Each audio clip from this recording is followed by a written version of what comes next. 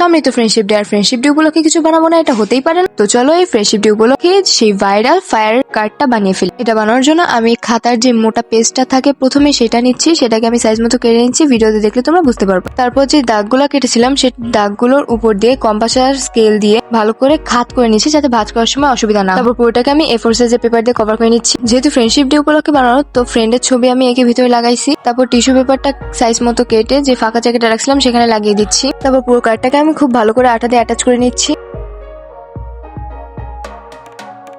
তারপর উপরে হালকা পাতলা করে একটু কালারফুল ভাবে ডিজাইন করছি। তারপর পিছনে আমি একটা ম্যাচের যে আগুন জ্বালানোর অংশটা থাকে সেটা কেটে লাগিয়ে দিচ্ছি। তারপর একটা ম্যাচ পাশে লাগিয়ে দিলেই হয়ে যাবে আমাদের সুন্দর একটা ফায়ার কার্ড। এটা আমি আমার ফ্রেন্ডদের দেখেছি, তাদের রিয়াকশন এরকম ছিল।